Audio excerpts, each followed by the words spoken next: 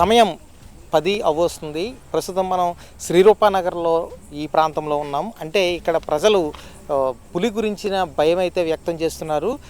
శ్రీరూపానగర్లో ఉన్నటువంటి గ్రామస్తులతో మాట్లాడి ఇక్కడ ఎటువంటి భయం అయితే వ్యక్తమవుతుందనే విషయం తెలుసుకుందాం. సార్, మీరు చెప్పండి, ఈ గత వారం రోజులుగా ఈ పరిసర ప్రాంతాల్లో చిరుతపులి గురించిన భయం అయితే చాలా వ్యక్తమవుతున్న పరిస్థితి ఉంది. అంటే మీకు ఎలా ఉంది ఇక్కడ ఈ ప్రాంతంలో?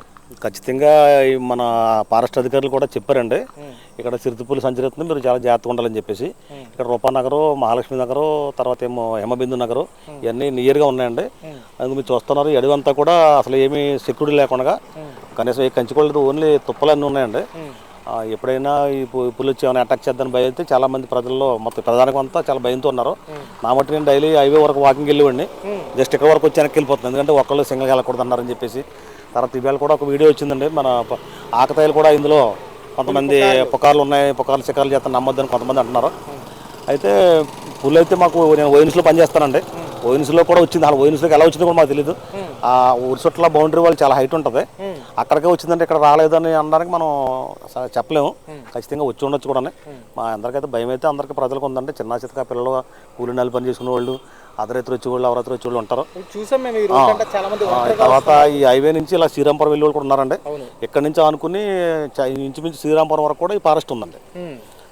చాలా మంది ప్రయాణం కూడా చాలా భయాందోళనకు గురవుతున్నారండి. మొత్తం కంప్లీట్ ఫారెస్ట్ అండి. ఇక్కడ నుంచి అలాగా హైవే వరకు ఉందండి. హైవే దాడి ఖచ్చితంగా అవకాశం ఉందండి. దానికోసమే ప్రజలందరూ చాలా భయాందోళనతో ఉన్నారండి. ఏదో గుంపులుగా ఉంటారు. ఇక్కడ నుంచి సింగిల్ గా అయితే ఎవరు వెళ్ళట్లేదు, భయపడండి. మరి మొన్న అయితే కంప్లీట్ గా మేడం గారు, ఫారెస్ట్ అధికారి, ఆవిడ పెద్ద అధికారి, ఆవిడ చెప్పారు ఖచ్చితంగా ఉంది, మీరు జాగ్రత్తగా ఉండండి. దానికోసం మేము సీసీ కెమెరాలు పెట్టాం, ట్రేస్ అవుట్ చేస్తున్నాం, ఒకవేళ దొరికితే ఖచ్చితంగా దాన్ని బంధించి మేము తీసుకెళ్ళిపోతాం అని చెప్పేసి. ప్రభుత్వాన్ని ఏం డిమాండ్ చేస్తున్నారు మీరు?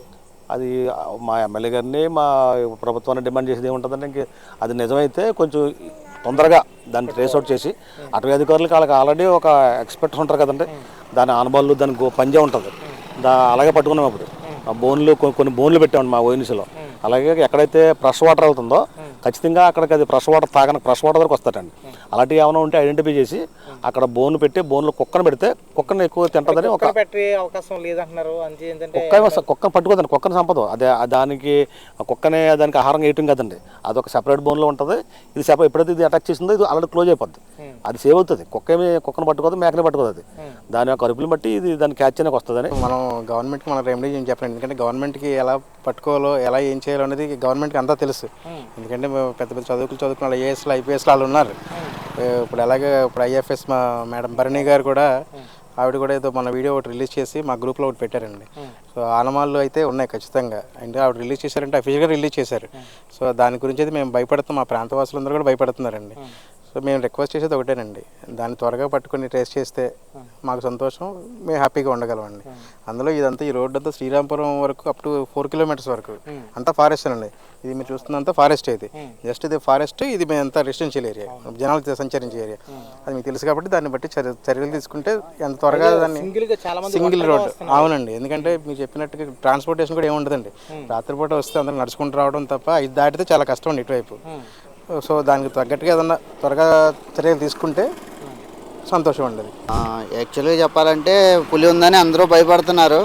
ఎవరికి వాళ్ళు జాగ్రత్తగా ఉండటం వల్ల ఇప్పుడు వరకు ఏ అనర్థం జరగలేదు, అది కూడా రాలేదు.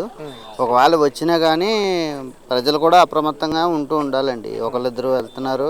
నేను కూడా 3వ వీధి నుంచి రాత్రి వచ్చేటప్పుడు వెనక్కి చూసుకుంటూ వచ్చాను, భయపడుతూ.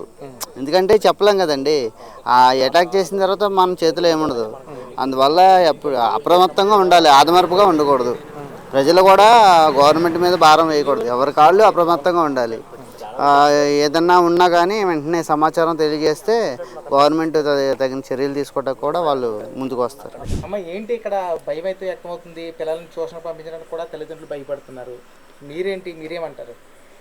మాకైతే భయంగానే ఉంటుందండి. నైట్ టైం బయటకు రావాలంటే భయంగా ఉంటుంది, పిల్లల్ని తీసుకెళ్లాలన్నా పంపాలన్నా భయంగానే ఉంటుంది. కానీ వాట్సాప్లో, న్యూస్లో మాత్రం పెడుతున్నారు, కానీ అది ఎంతవరకు నిజమో అర్థం లేదు. అందరూ ఫేక్ న్యూస్ అంటున్నారు, కానీ ప్రభుత్వం ఎందుకు ఇంత సైలెంట్గా ఉన్నారో అర్థం కావట్లేదు. అంటే ఫేక్ న్యూస్ అంటే ఇప్పుడు వీడియోలు పెడుతున్నారు, ఇది పుల్లు కాదు. కొంతమంది అయితే ఫేక్ న్యూస్లు పెడుతున్నారు సార్. ఏంటంటే ఇది కుక్కను తిన్నదనేసి ఇలా ఫేక్ న్యూస్ పెట్టారు, అది నిజం కాదు అనేసి అంటున్నారు. అది ఎంతవరకు నిజం అని తెలియదు. కొంతమంది అయితే నిజం అనేసి ఎంతవరకు మనుషులు అందరూ గ్రూపులో చూసి వాట్సాప్లో చూసి అయితే అనుకుంటున్నారు. మాకైతే ఎవరో ఫోన్ అంటే ప్రభుత్వం ద్వారా అనౌన్స్మెంట్ చేయడం కానీ ఏమీ చెప్పలేదు. అయితే కాకపోతే ఈ న్యూస్ చూసి మేము భయపడటం వరకే జరుగుతుంది. పిల్లల్ని తీసుకురావడానికైనా మేము భయపడుతున్నాం.